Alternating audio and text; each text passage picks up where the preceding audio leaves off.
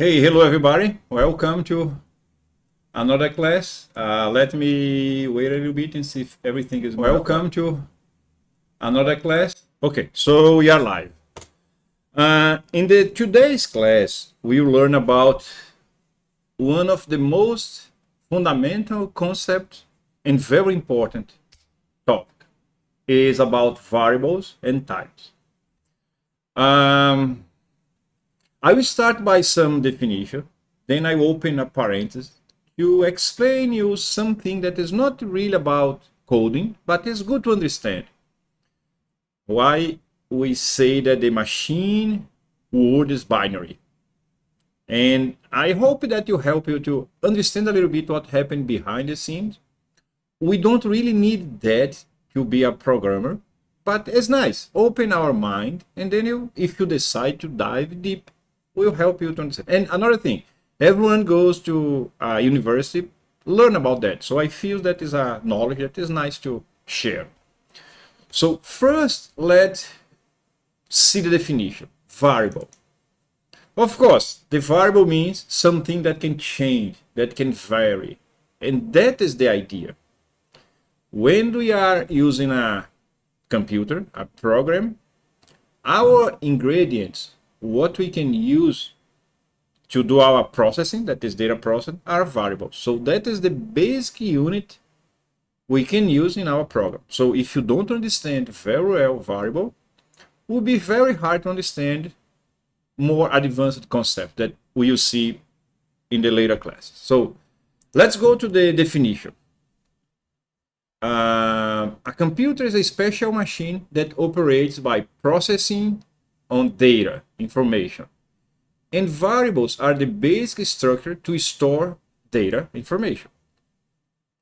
Each variable has a name or identifier, a type, and its content. So we can see here that variable is a thing that has a name, has a type, and has a content. The parents I open today, I want to explain you about this type, why is so important for a computer to know the type of information that we are storing or ask him to store or to process. Okay, I hope I can clarify how important it is to, on top of know the information, the content, we need a type so the computer can interpret that content correctly and identify that as a name, so we can refer to that content. Now let's see the definition of a type. A computer stores any type of information in a binary mode, like 0 and 1. So remember when I told you in the one of the previous class that it's a lot of like abstraction. In IT or in computer science, nothing is what we think. For example, I'm looking to this screen and I see all these letters, A, computer, store, I see colors. So this does not exist at all. If I could go inside this PC, the screen, the monitor, there is no letter A there. What we have here is a bunch of pixels that is on that shows the representation of a letter A. In a computer memory, there is no A there. Everything is binary. It's a sequence of zeros and ones. But even going deeper, it's not zeros and one. It's anything that can be represented in two stages. For example, could be voltage. If the voltage is from 0 to 2.4 is 0, from 2.4 to 5 is 1. That is how the memory of a computer works. The old CD-ROMs or DVD players, maybe if the light is reflected to the left is 0, if it's reflected to the right is 1. So everything that a computer can process has to be in a binary mode. So it's kind of a sequence of zeros and 1. So it's important for the computer to know what information is in there. Is that why every variable has to have a type? Otherwise, if we just tell the computer, I need to store information, and we don't tell the type, the computer does not know how to interpret it.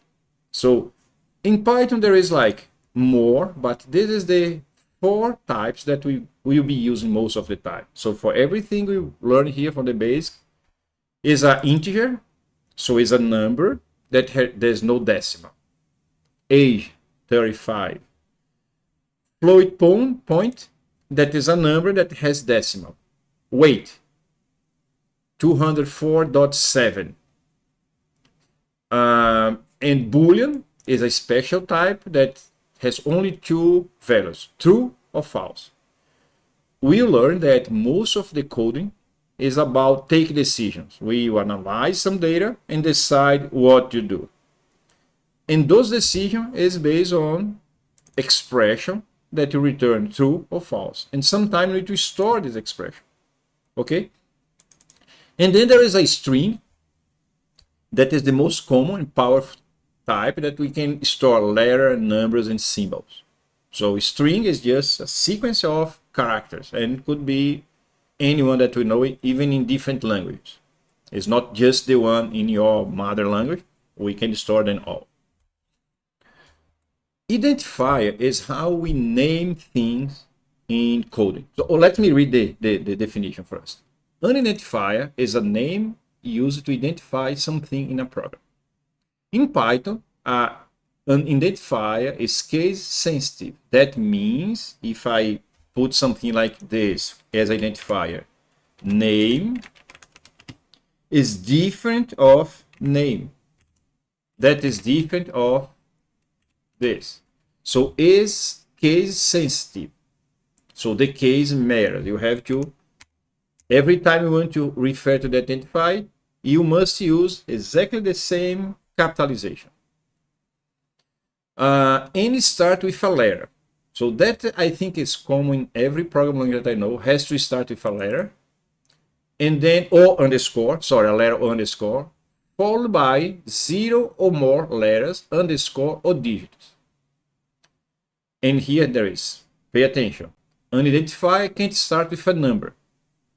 So I can't have an identifier like 10 name, something like that, because the compiler or the language process will get confused. Is this a number or is this a variable? So every time we're going to pick an identifier, we have to start with underscore or a letter. In every programming language, there is the concept of reserved words. So what that means, there are some words that is part of the language and you cannot use as identifier. It's an error that maybe we can do because we may not remember all this. You don't need to remember this, but the IDE will help you because when you try to use, you're gonna see, because those are like statements, commands, or some declaration in the language. We learn most of them, probably all, in the entire course. Yeah, everything here. So the rules are identifier has to start with an underscore or letter and cannot be one of those words because those words are already reserved for Python. Every language there is a list of reserved words, so you cannot use it. So before we move on, I want to open a parenthesis here, and I hope I don't confuse you, but I guess this is something that when I learn, open my mind about, whoa, so there is a lot of abstraction for us. So the system that we are using is the decimal one. So the decimal digits or the digits that we are using, we use the digits from 0 to 9. 0, 1, 2, 3, 4, 5, 6. So in our word, we represent numbers in a decimal way. So we have 100, 102, 541. However, in the machine world, the system is a binary one. So the digit that we have is only 0 and 1. So it's funny because in no computer, there is the number 2, number 3, number 4, number 5. They are represented in 0 and 1s. That is the same idea for everything we store. So is that why you call digital information? Digital then come from these digits, and it's only two digits, 0 and 1. But remember, like I said, it's not 0 and 1. It's something and device that can have multiple space with two stages, 0 and 1, voltage in an interval, light one side, one point with magnetization, other one with not. So wherever we can have two states, we can store information, digital information. So we'll do an exercise here that I hope I'm not going to confuse you. It's not math. It'll be the way that I will explain will be very simple. Let me just fix something here. Those guys I want to align in the bottom. Okay, now it's correct. So look, when we are looking at decimal, we don't see the numbers this way. Because, for example, imagine that I want to represent the number 1,572. If you decompose this number, actually every position here is a power of 10. So here is 10 power 0, that is 1. 10's power 1, that is 10. 10 power 2, that is 100. It's like 10 multiplied by 110. And this is 10 power 3, that's 10 times 10 times 10. So it's 1,000.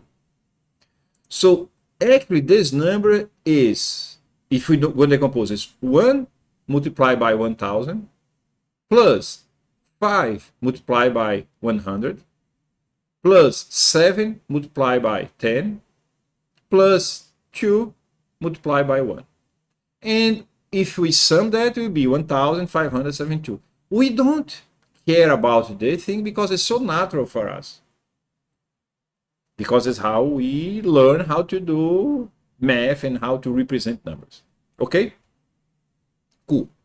Now let me change from this because it's a big number.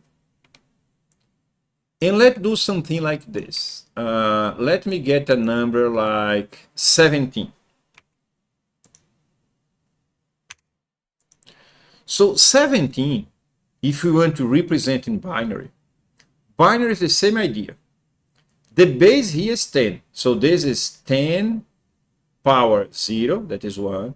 10 power 1, 10 power 2, 3. So we go like 10, 100, 1,000, 100,000, 10,000, 100,000, 1 million. Here's the same idea. However, the base is 2. So this is 2 power 0, that is 1. This is 2 power 1. This is 2 power 2. 2 power 3. 2 power 4, and so on. So if you want to represent 17 in binary, there is some different ways to do, but the easiest way is, okay, remember, each position here is a bit. So a bit has two stages, on or off. If that bit is on, it's like we have something here. For example, if I have 0 here, I do nothing. If I have 1, it will be 100. If I have 2, it will be 200. I multiply this by this. In the binary world, as we have only zeros and 1, that makes it easy because wherever is 1, I just need to sum this. So let's try this. See if you understand. To represent 17 in binary, I will start from, imagine this, oh, I forgot to say, 1 byte usually is a sequence of 8 bits. Because when the first computer was designed, they thought, oh, let's represent numbers or units in a set of 8 bits. So 1 byte is 8 bits. So let's see. Basically, we have each bit represent this number here. 128, 32, 16. Start from here. So what we do is, okay, to have 17 in binary, we do this. Should I turn on the bit 128? No, because if I do this, my number will be 128. So it's not what I want. So this one will be 0. Should I turn on the bit 64? No, because that is way bigger than 17. So it will be 0. Should I turn on the bit 32? No, because it's way, not way, but it's bigger than 17. So it will be 0. And here we go, 16. Should I turn on? Yes, because 16 is smaller than this. So now I will be in 16. If I turn on 18, I will be in 16 plus 18 will be 24. That is higher. So this will be 0. If I turn on 4, will be 20. See, 16 plus 4 will be 20. So it will be 0. If I turn on 2, will be 18. That is greater than 17. So I will keep 0. And if I turn on 1, now I have like 16 plus 1, 17. So this number in decimal is this number in binary. So 10001 is exactly 17 in decimal. So this is how a computer will store the number 17 in any device that we can represent 2 stages in the sequence. But understand, if this is the memory, in the memory there is no zeros and one. What has is a electronic circuit that has voltage in all those little areas. So this sequence will have like voltage here from 0 to 2.5. This one is from 2.5 to 5. So this is how, when the computer will read this number or will interpret this number, knows that it's 17. Let's do a better exercise now. Let's go back a little bit here. And let's get a number like, let me see, 135. So 135, I say, well, should I turn on 128? Yes.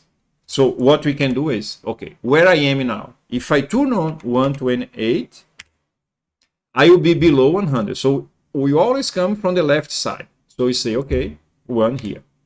I am in 128.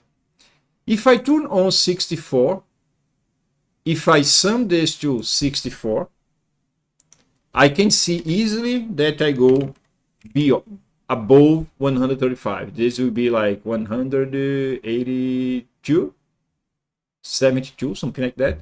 So I don't even care. I will keep this and I don't add the 64. Now we decide, should we turn on the 32? As I can see, no, because 32 will be way above. So 32 will be off. Should we turn on 16? Well, let's see. Now I have to do the math, you know. So if I'm not mistaken, 16 here will be 14, go 1. So we'll pass, will be 140 something. So I'll keep this 0. Well, is that right? 134 before goes 1. Oh wait, let me do this math here. Let's do this. I open the calc and let's use a calculator. So 128 plus 16 will be 144. So that pass. So I will say here, okay, we don't turn on. If we put 8, this will be 136. So it's still above. So 1 will be off as well. Is that right? Yes. So now, should we turn on the 4? Yes, because 4 here will be at 132. Is that right? Yes. And then, should I turn on 2? Yes, because then with the 2 here, we go to 100. oh, 2, sorry, 134. And now I'll check this last bit. Should I turn on? Yes, because when I turn on, it will be exactly 135. So 135 is 1000011. Is that why in the word machine we need more kind of space to represent the same number? Because here with 3 digits, I can represent 135. But those digits here, we only have 0 and 1. So I have to use more, because look, I have to go 1, 2, 3, 4, 5, 6, 7, 8 positions to be around 100. In decimal, with 3 positions, like 999, I am way above 100. I am like 900. So with one more, I go to 1000. So the lesson here is to understand that in binary, the information occupies more space. However, the compute is very fast because all that is electronic. So let's not care about that right now, but it's just to show you that everything we have in a computer, in a PC, or in the digital world is stored like this. And we have to tell the computer what type that information is. Otherwise, we cannot retrieve. Let's see how. Let's clean this up and let's see like an exercise here. Imagine that we have this word, love. The most important word in humankind, love. If we have love, we don't need anything else. So, how do we represent love in a file? How we tell the computer to store love for me so later on I can retrieve that content? So what happened is, a simple way is to use this ASCII code. This is from American Standard Code for Information Interchange. So long time ago, this institute defined, oh, let's create a table with numbers to represent symbols. Among those symbols, we have letters and numbers. So this way, we can have a standard that every computer that will extend files can follow that. So even today, this ASCII code, so it stands for, like, let me put here the ASCII, like this, sorry. ASCII. And it's not ASCII2. Actually, it's ASCII. A lot of people say ASCII2, but the II here is for information interchange.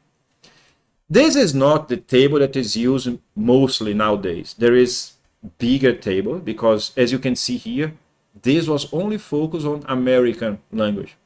There is only letters and symbols used in English. So there is no accent. There is no Asian symbol. So today there is different tables that are used.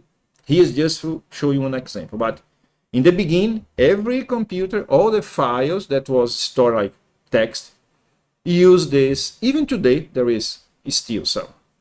But okay.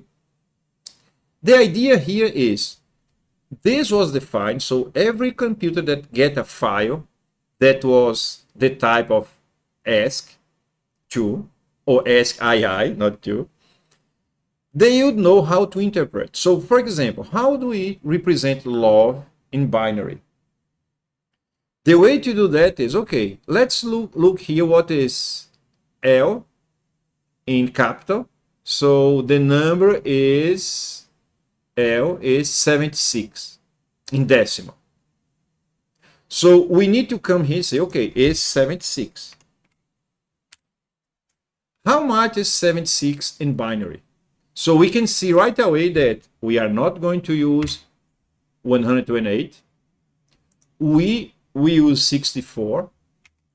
We're not going to use 32 because then we go higher. We're not going to use 16 because then we go to 80. We will use 8 because 64 plus, let me put the thing here. So it will be 64 plus 80. We are in 72. Should we turn on 4? So if we turn from 4, we go exactly to 76. So then we say that 4 will be on. As we are there, 2 and 1 will be 0. So the letter capital L is 0, 1, 0, 0, 1, 1, 0, 0. So in a disk, in a hard drive, this will be a sequence of magnetized points that represent zeros and ones. In the memory, it will be voltage. In a CD, probably no one remembers what CD is, but a CD will be lights going to one side or to the other. So then we have the first letter. So now let's go to, oh, sorry, I did something wrong here. Those I are not capital. See, it's lower. So then let's see, okay, O. Where is O? Small o here is here. See, O is 111. So the number for O is 111. How do we represent 111 here?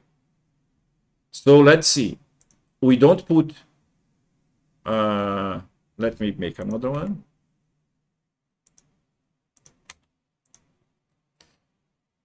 We're not going to turn on, let me just put something here. We're not going to turn on 128 because otherwise we pass already. 128 is greater than 111. We'll turn on 64. So 64 will be here. We'll turn on 32 because if we turn on 32, we go to 96. So we are in 96. We're not going to turn on 16, otherwise we go beyond, right? Well, let me just make sure.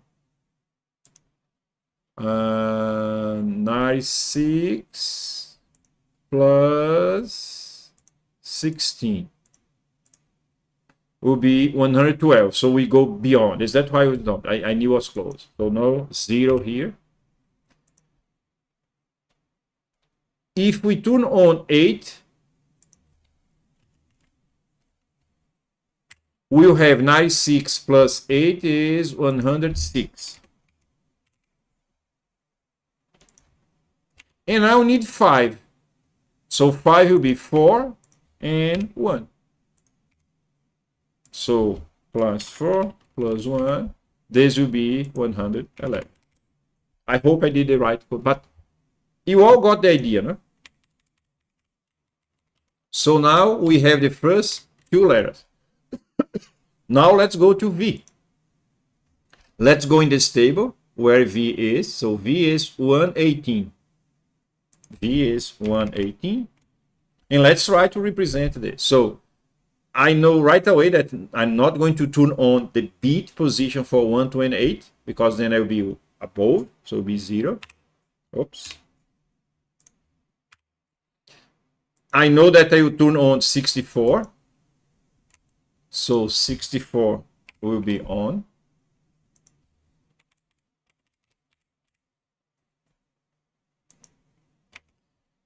$32. That is fun, you know, like 118 is more than 111 is more than 118. So I know that 32 will be on as well. So 64 plus 32, we are in, how much was that? Was 64 plus 32 is 96. Pessoal, oh, guys, I'm not that dumb. It's because after a day of work, I don't want to do any math. So now, let's see. Should I turn on 16? Well, let's see. This plus 16, where we go, is 112. So 16 will be on. With 16 on, we are in 112. Look that now it's kind of easy. Oh, we need 6. So to have 6 will be 0, will be 1, will be 1, and will be 0. Because 4 plus 2 is 6. So the representation for the letter V in this ASCII table is the number 118, and that is the binary representation 0, 1, 1, 1, 0, 1, 1, 0. Okay, and now we go to the last letter, that is E. So E is 101. We go here, E is 101. And now let's go 101. This will be off, this will be 1, and let's go back to our calculator. If we add 64 plus 32 is 96, so this will be on. So we'll have like 64 plus 32, this is equal to 96. And now we can see, okay, I need 5. So if I need 5, because 96 to 101 is 5. So I know that I will turn off this, I will turn off this, I will turn on the 4, I will turn off 2, and I will turn on 1. So the idea here is just to explain why it's so important to, every time we store information in a computer, that we tell that computer what is the type of information. Otherwise, we'll get the sequence of zeros and ones, and you don't know what it means. If you use Windows, you know that every file has an extension. That extension is to tell Windows how to read the zeros and ones from that file. So if that file has extension ASCII or TXT or something like that, Windows know that each block of 8 numbers will be a letter from this table. And this conversion is being executed very fast. It's not as slow as we did. So probably we may did some mistakes here, but do remember when I show you the type of the code that we saw code machine was like this? Because of that. The computer know every sequence of zero, what is the operation, what is the command, what is the action that has to be executed. Okay, so this is something just to open our mind. It's good to learn something, and then you now know how to get a number in decimal and convert to binary. You just need to make this table, and then you're gonna turn on all the bits that the addition will match this number. Okay, the inverse is the same. Imagine that I give you this number in binary. What is the number in decimal? Well, it's just to get is 1 plus 4 plus 32 plus 64. So now you know how to convert from decimal to binary, binary to decimal. This is just an example, because if is letter, what is, let's go back to our content here. Oh, wait, let me close this. Oh, never mind, I will fix that later on. So what happens is that any type, oh, I need to open that because I still have content there. Recover here.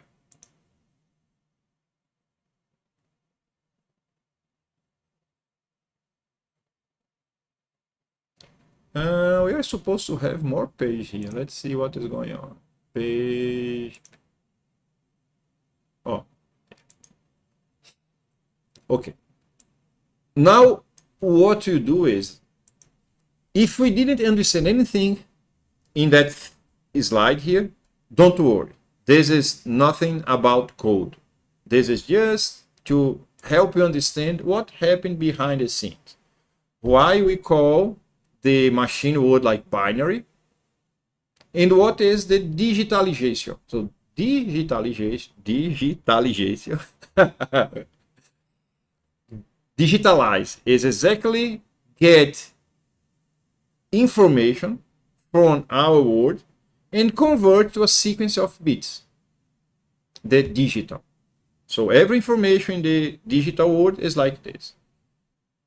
If it's a sound, if it's an image, all this is just about some numbers that tell us if, for example, is an image, how the pixel should look like, what the color, intensity of each of the colors. So then we can compose a full image with a sequence of bits. If it's a video is a sequence of images, the same thing. If it's a sound, each number will represent how the sound will be played. Okay? Now let's go here. What I will do is, let me put this guy side by side. No, this I want that side, and this side.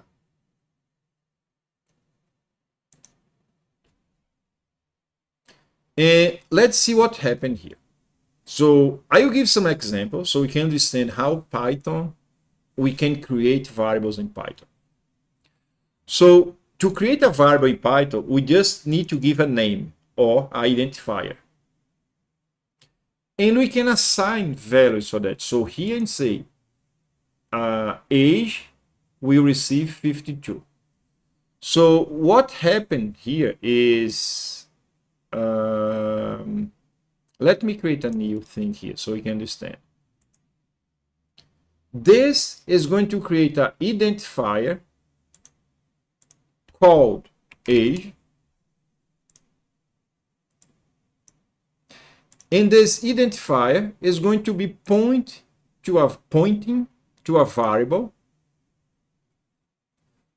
with the value 52. And Python knows right away that 52 is an integer number.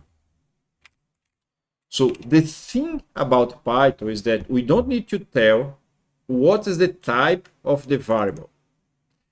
That will be discovered when our program is running. Okay, what is the side, what the value that is on the right side of this assignment? This operation here is called assignment. We have some class about it. So here and say, okay, now this variable will be point to this. So the variable actually, let me just make a little bit better to see.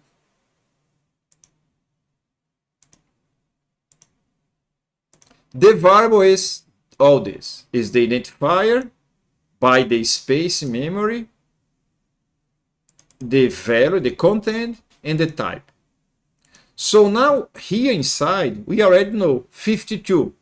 52 will be a sequence of bits. So it will be probably 32 plus 16. That is 58, so not that one. So it will be 32 plus 8 is 4. No, it will be this two.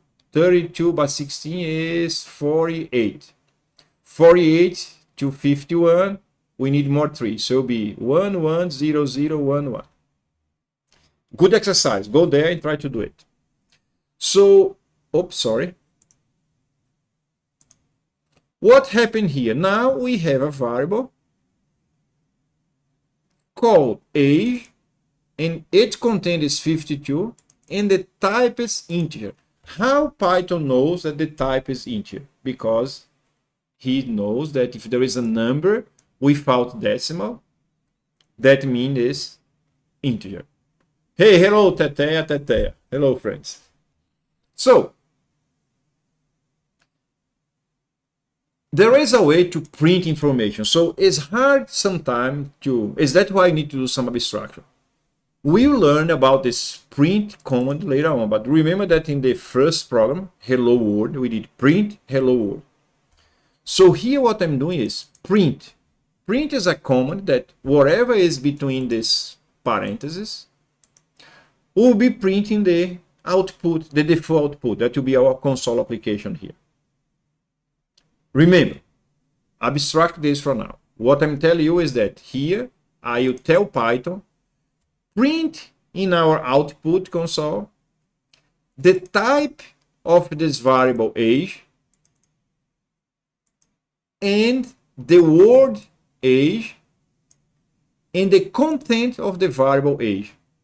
This way, print type age will be int, This will be age space equals, and then age, that in this case, see, the value of age is 52. So in coding, this is like we get a draw in our home and we give a name to that draw. And then we can tell our friend, oh, please put my socks in the drawer called socks. Someone look to the, like, your place, see a drawer called socks, and he knows, okay, I will put the socks here. So that's why we give names to variable, because later on we can access that variable. We will do calculation, so that is why it's important to give names to variable. Okay? This here is only to show you what is going to happen. We're going to print the type of the variable age, then the word age equals to, and the value of age. So that is very important, because a lot of people get confused. When we are print the variable age, what we are printing or what we are access is the content of that variable, that in this case is 52. So it's important to know the identifier of the variable, but what we are interested is in this, its content, what the value that variable is storing. Cool? So here's the same idea. We are creating another variable called payment. So it'll be something like this. This is the identifier, payment. And we'll have like a space in memory with the value 345.67. In this case, Python knows that this will be a float point. How Python knows? Because we put a dot here. So it knows that it's an integer that has decimal. And this guy will be pointing there. One thing to realize here is that a variable, a real variable, only exists when our program is running. Because like this is only in our code. But when we're running this program, this statement here, this command, will ask Python, okay, allocate memory, store this value, and then this is the name for wherever that information is stored. Every time we want to use this, price, payment, age, name, we use the identifier. So is that how we can create a program that we read, for example, how many items we have in a shopping cart? What's the price of the items? And then we can do the math to calculate the total. So variables we use for that, to store values, data or information that we want to process. Okay? Here is another type of variable called Boolean. So when we execute this line, we'll have something like this. A new identifier will be created called approved.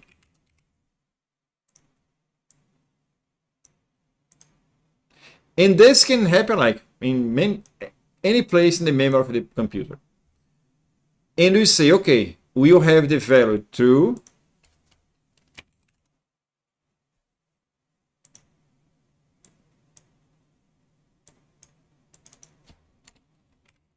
that is a Boolean. And this guy will be point to that variable. So I'm being very slow here to make sure that we all have this mentalized. So in this line, we are declaring a variable by giving name and assign an initial value. Look what happened here now. I say approve, receive false. So what happened is we'll create a new value that will be false, and now approve will point, approve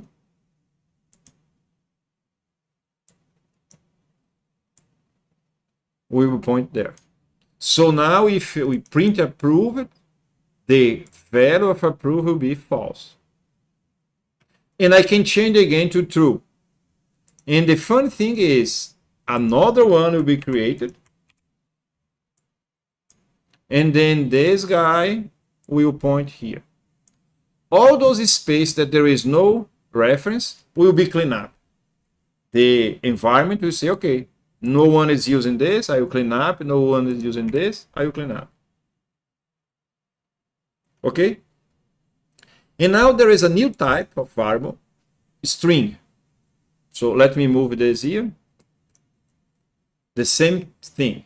We are create a variable called first name.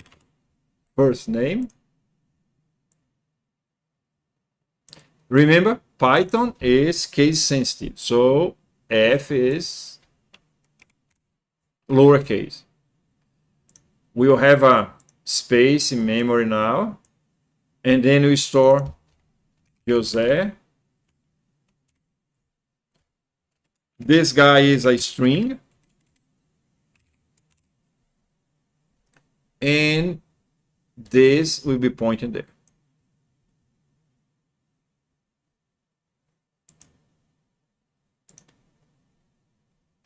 So what is important to really understand that when we talk about a variable is this combination, a identifier, a content or a value, and a type. You cannot lose focus on this. What I will do now, just to help us to understand something, is I will put a breakpoint here, and we will execute this step by step, what we call debug a program. So, if you have everything set up correctly, you can go here to run and get this option, start debugging. And you have to put a breakpoint. A breakpoint is a place where the execution will stop, and then you can do the execution step by step. So debugging is the best way to understand how a program is executed. We'll do a lot of debugging.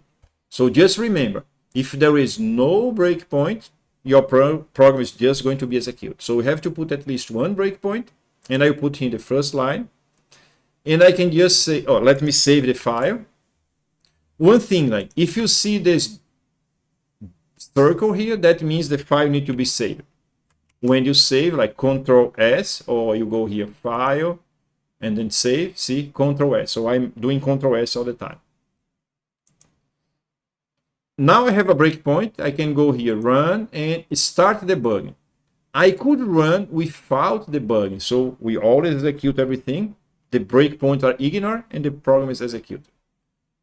Debugging is only used for us developers to see if something is wrong or to learn how the program is working. So when I press this start debugging, a new window will appear here, and do you see one window is called variables? And that is awesome because we'll be able to see the variables in the memory of the computer. So look, there is nothing there yet because this line was not executed. See, we are stopping that line. So if I go here, that is go execute this line, go to the next one. Now I have age with 52. Here we are not showing the type. I have to stop the mouse on top to read. See that int. Some IDEs is going to show the type on the right side here. Now we are in this line. What I will do? Let me make this more space. I will execute this line. And this line, what it does? Print the type of the variable age. So it's going to get whatever is in here. Then print the string age space equals. How Python know this is a string? Because it's between quotes. Everything between quotes is a string. We will learn more about later on. And then every time we use the name of a variable, what is really going to be used is the content of that variable. This is something that has to be clear for us. So if I execute this line, I'll see in the output this first part print the type, so it's class int. Class means what the type is. Every time there is a comma, it's going to be add a space. And then now we have the letters AGE space equals, AGE space equals. And that is the fun part. We have age here, but the output is 52. Because every time we use a variable identifier, we are actually access the data that that variable store.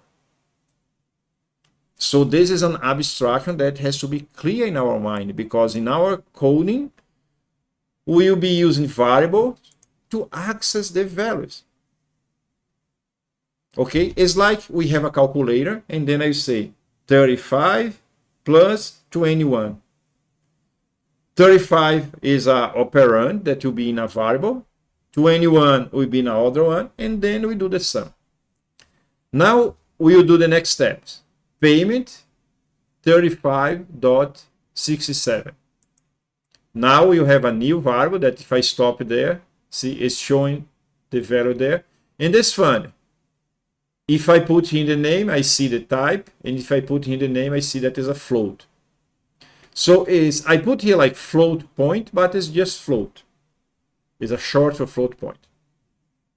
The next line, do you see that we skip all the comments? Because the comment is just for us, humans.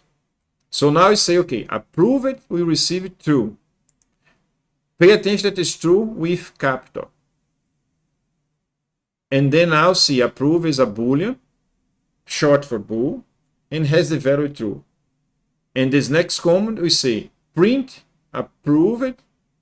We already print the type there, so C is boolean, and now print approve it. That is true. We'll change approve to false, and then print. So we are printing the words approve it equals to, and the value of approve it.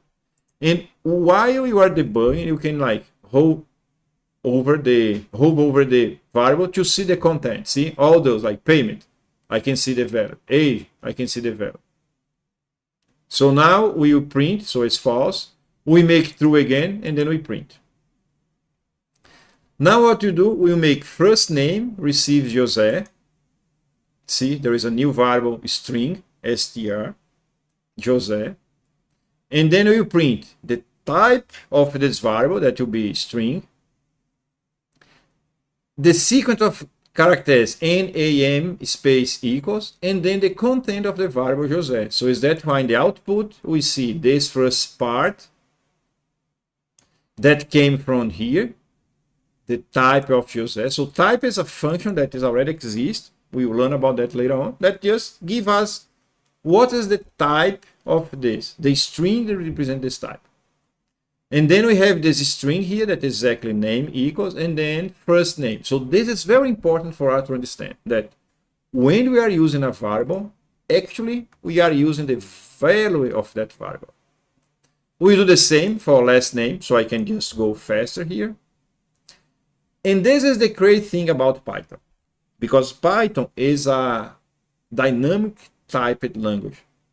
Most of the other languages that mainstream, so Python is number one, the language number 2, 3, 4, 5, 6, or maybe not types JavaScript.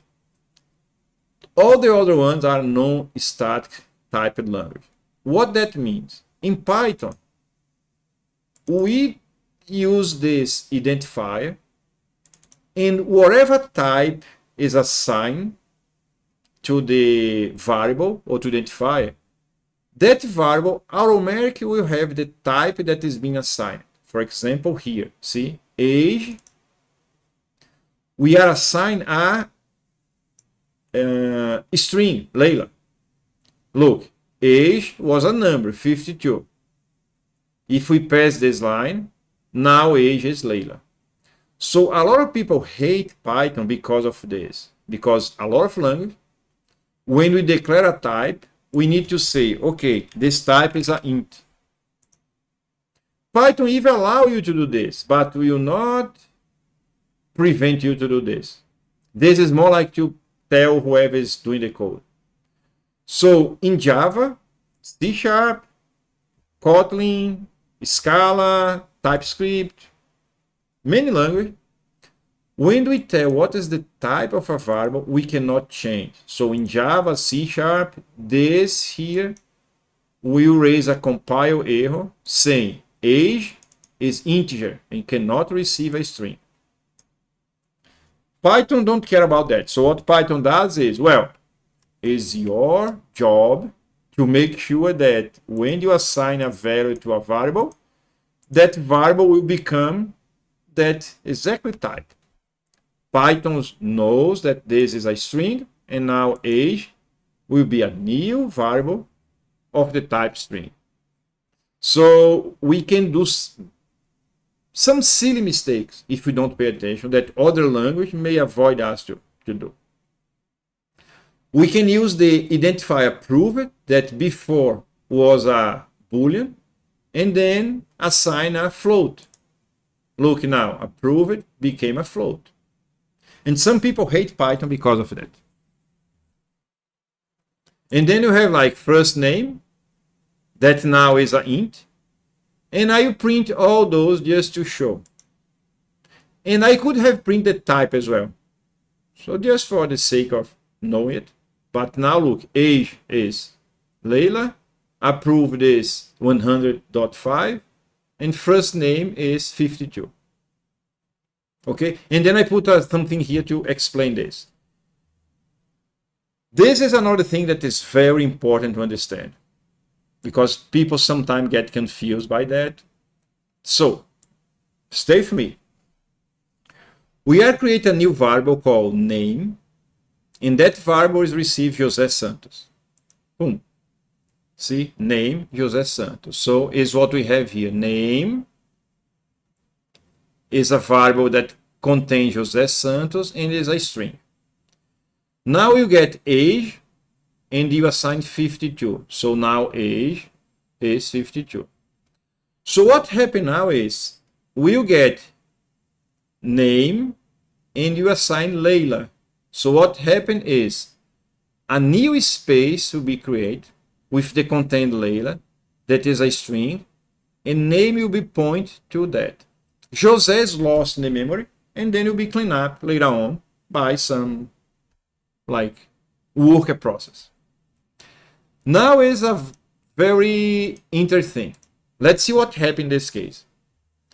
We are creating a variable called lang1, and you assign the value Python. So this is what happened on lang1 has Python. Now we are saying that lang2 receives lang1. Look, lang2 receives lang1. So what happened is not this. lang1 and lang2 are not pointing to the same space in memory. What happened is this. Oh, sorry.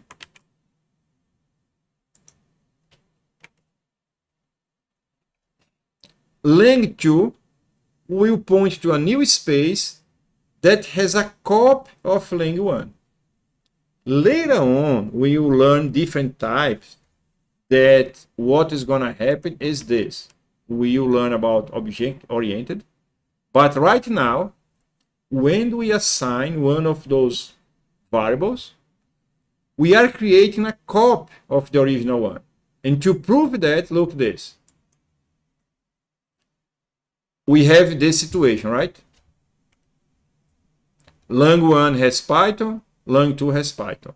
Now I will get lang2 and you assign Java. So that means we have this now. lang1 is still point to Python. lang2 now is point to Java. So if I print lang1 is Python, lang2 is Java. This is very important because every variable has their own value. So if you assign a variable to another one, we are acting creating a copy. So this is a very common question in certification. Like someone could say, oh, if we do this, what is the value of lang1 after this line? After line 80. Someone could think, oh, lang2 was Python, oh, lang1 was Python, and then lang2 is lang1. So maybe if we say that lang2 receives Java, lang1 will receive Java as well. But no, because what we don't have is not this. When you say that one variable, regular variable receive another one, both of them are not going to point to the same place. We'll learn later on situation where this happened, but for the basic thing about variable, we always make a copy, and every identifier points to their own memory space. So it is like this. I'll keep this so we don't lose. Okay, so I think the class today we are at, let's see, almost to 1 hour.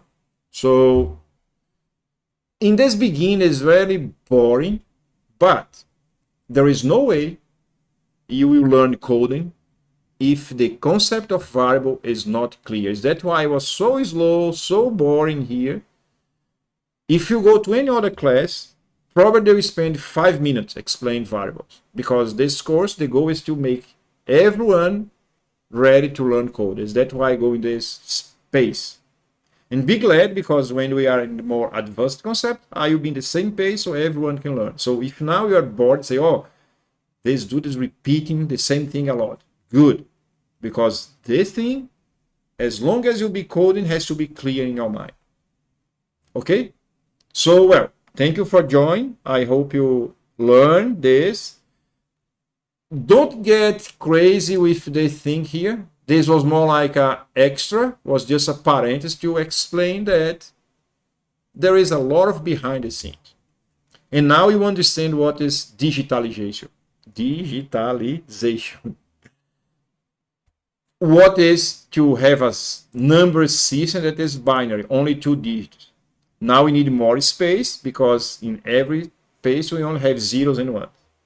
Here, no, we have more options. We could have 0, 1, 2, 3, so we could have 100, 200, 300, 400, 500, and so on.